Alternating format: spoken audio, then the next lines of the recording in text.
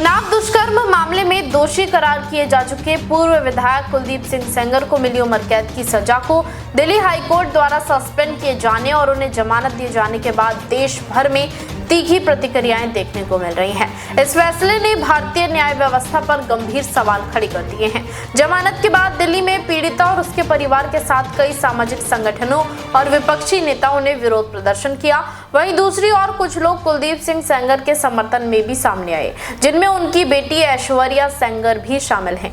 ऐश्वर्या सेंगर ने अपने social media platform x पर लोगों से धैर्य बनाए रखने और किसी भी प्रकार के धरना प्रदर्शन का रास्ता न अपनाने की अपील की है। उन्होंने कहा कि उन्हें न्यायिक प्रक्रिया पर पूरा भरोसा है और इस कठिन समय में संयम बनाए रखना जरूरी है। उन्होंने अपने संदेश में लिखा कि उन्नाव के लोग उनका परिवार है और उनके आशीर्वाद से ही उन्हें हिम्मत मिलती है। साथ ही उन्होंने एक पंक्ति लिखी, ए झूठ तुम्हारे हो गए कितने लंबे पैर, है सच की इज्जत दांव पर, अब राम करेंगे खैर। ऐश्वर्या सेंगर के इस बयान के बाद सोशल मीडिया पर तीखी प्रतिक्रियाएं देखने को मिल रही हैं। कई लोगों ने सवाल उठाया कि एक महिला होकर वो इस तरह की बात कैसे कर सकती है, जब कुलदीप सिंह सेंगर को सबूतों के आधार पर दोषी ठहराया जा चुका है। यूजर्स ने याद दिलाया कि पीड़िता के साथ रेप हुआ है, उसके पिता की पीट कर हत्या की गई है और परिवार के अन्य सदस्यों की भी मौत हुई है। लोगों ने पूछा कि क्या ये सभी घटनाएं झूठी थी और क्या बिना साक्ष्यों के किसी को उम्र कैद की सजा दी जा सकती है। इस बीच दिल्ली के जंतर मंतर पर पीड़िता अपने मां के साथ विरोध दर्ज कराने पहुंची, जहां उसने खुलकर अपना डर, दर्द और गुस्सा देश के सामने रखा।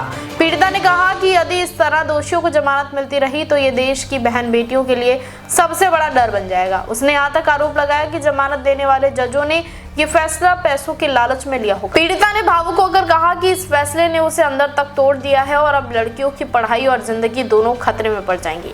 जंतर मंतर पर उस समय विवाद और बढ़ गया जब बीजेपी की पूर्व विधायक बरकत रेहन आई सपोर्ट कुलदीप सिंह सेंगर का पोस्टर लेकर वहां पहुंच गई। इसे देखकर सामाजिक कार्यकर्ता योगिता भयानक का गुस्सा फूट पड़ा। उन्होंने कहा कि शायद ये पहली और आखिरी महिला होंगी जो एक दोषी रेपिस्ट का समर्थन कर रही है।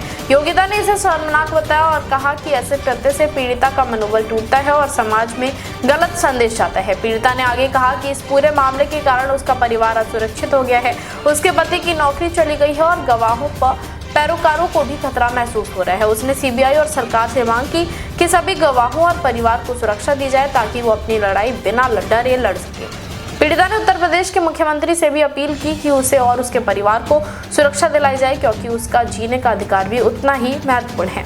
पूरा मामला एक बार फिर ये सवाल खड़ा करता है कि क्या प्रभावशाली और ताकतवर लोगों के लिए कानून अलग है और क्या पीड़ितों को न्याय के लिए इतनी लंबी और पीड़ादायक लड़ाई लड़नी ही पड़ेगी। ये बहस केवल एक केस तक सीमित नहीं रह गई है, बल्कि देश की न्याय व्यवस्था, महिलाओं की सुरक्षा और समाज की संवेदनशीलता पर गहरे प्रश्न चिन्ह लगा रही है। देश विदेश की तमाम बड़ी खबरों के लिए देखते रहें किनी टाइम्स। वीडियो को लाइक करें, चैनल को सब्सक्राइब करना ना भूलें।